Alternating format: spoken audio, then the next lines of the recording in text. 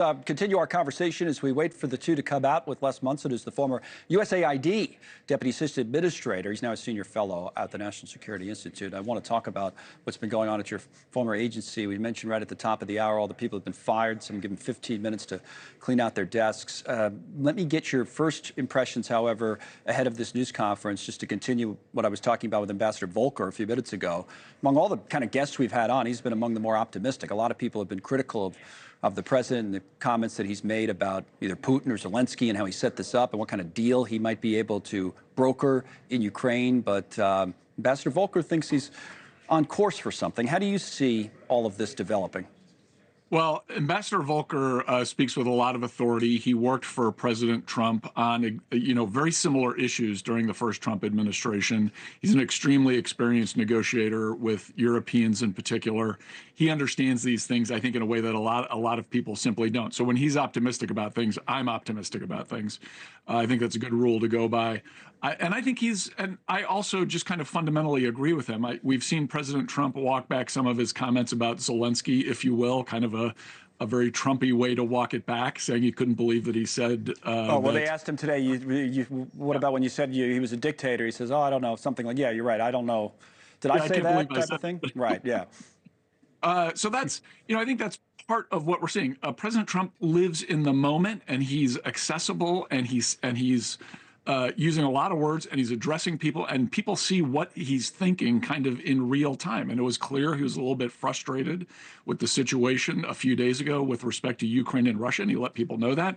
And now it seems like things are in a better place, and we're seeing the Ukrainians being willing to deal with the United States on this idea of providing resources to the U.S., these minerals. It looks like there might be a deal in the offing there. That seems like a positive step forward. And the fact that, the British Prime Minister Starmer's here is and meeting with the president, and they're about to have another conversation. That's another good sign that American allies, and really our most important ally, which is the British, on so many things, showing up here with President Trump to show solidarity. That's another very good sign that things are coming together in a good way. This idea that Europe can step up, that the UK and the EU can step up and do more, but the US can do maybe less. One of the things that came up in that Oval Office meeting was the idea of NATO membership for Ukraine, which doesn't seem to be on the table. But let's listen to that clip, and then we'll come back and talk about that and more. This was earlier today. The Europeans want Ukraine to be part of NATO as part of this deal. Are you willing to budge on that at all, or is it a firm? Well, I could be very nice and say, oh, well, we'll work to it. Look, it's not going to happen. It's just not going to happen. That's what started this whole thing. Well, that's what when he says that, by the way, that, Ukraine started the war, though, which is obviously not true, just factually untrue, that Russia invaded Ukraine. But we talked about it on the show, I think it was last week, that there seems to be some thinking from the people around President Trump that years ago, the idea of NATO membership for Ukraine is something he thinks provoked Putin. Well, certainly Putin would say that. And, right. Well, that's been the problem with some of Trump's comments lately, is that a lot of them sound like things Putin might say. And, in fairness, these are not made-up issues, right? The Russian security situation is complex, and if we're going to deal with them as a great power, we're going to have to deal with those things. I don't think we ever need to apologize for our role in NATO and for the wonderful things NATO has done in the world, and for the fact that the United States has basically been the guarantor of world peace for a long time. That's good for us. That's good for the world. A lot of these things are critically important. But if we're going to move towards a ceasefire deal in Ukraine, which President Trump has promised during the campaign, made it part of his campaign to be president, and we're going to follow through on that, then we might have to break a little China with folks in order to get them to the negotiating table. I think some of that is fine. I think that's what Ambassador Volker was saying earlier. Look, you have to shake things up a little bit here to get people talking to each other. That can be a good thing as long as we don't get too wedded to some of these positions that maybe don't hold up under scrutiny. While we have a minute, maybe I could ask you about the news today at USAID. I said you're a former official from that agency.